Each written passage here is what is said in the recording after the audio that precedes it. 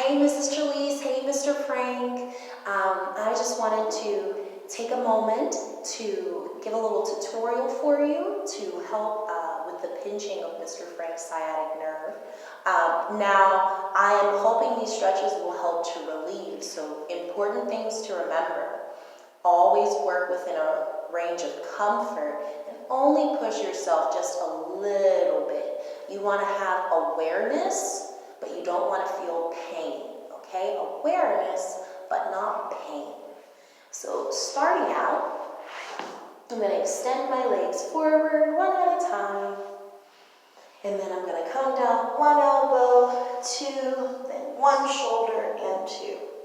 The first thing we're going to do is try to ground our back. Take this off.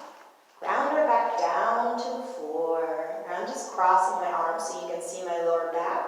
So, Mr. Frank, your back is probably really tight, so I bet when you get on the floor, it looks like this. I want you to focus on pressing it down, pulling the belly button toward the spine, and rotating your hips up.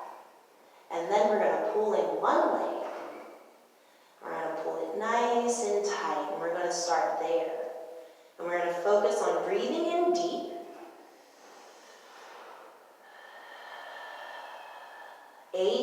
8 times. And then from this one, we'll allow our knee to come over. Try to keep both shoulders on the floor. Allow our knee to come over to the opposite side. Now, I'm not injured, so it might be here. That might be as much as you can get, Mr. Frank. And that's okay. But the goal, twisting all the way around. And then you're going to inhale and pull it up even higher, and then send it across.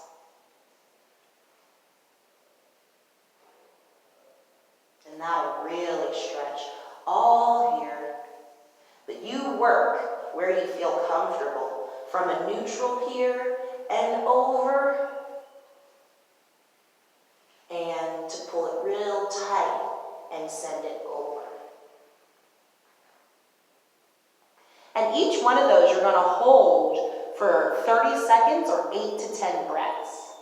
Then we're going to elongate the leg, and we're going to work to pull the knee close to the nose. And again, it's important, you want your back to stay on the floor. Okay, back to stay on the floor. So instead of trying to pull this as close to your chest, just work within a range that you're comfortable. You might only be able to get here. That's okay. And then what you're going to do is with a long leg, let it come over and across. It might only just go here. And that might be enough.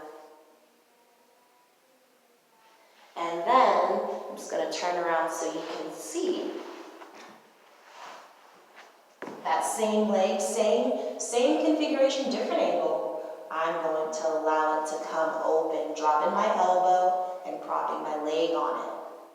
And then little by little, I'll sneak my hand up until I can get that leg to come all the way down to the side. But that's, again, here is probably where you're going to be. And you want to just breathe, trying to keep the small of the back on the floor. And always bend the knee before you put it back down. When you get up, nice and protected, elbow, elbow, roll to one side and find tabletop. 1 foot, 2 foot, and then that's how you would stand, okay, from getting off the floor. So don't try to be extra when you get off the floor. Just make sure you're in that tabletop. 1, 2, and inhale when you stand, okay? So those are the 3. I'm going to go through them again on this other leg so you can see it and see what it looks like on the other side. So one leg long, I'm going to keep my back into the mat and pull in. And then I'm going to send it over.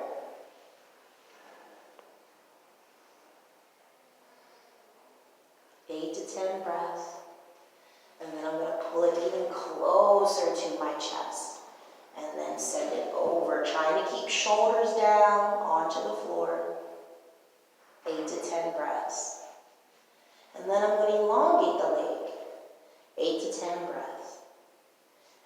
send it over across my body, 8 to 10 breaths. And then I'm going to open it up to the side, 8 to 10 breaths. Always pulling in. Then you can pull both together. Drop them down. Rotate, stacking the knees.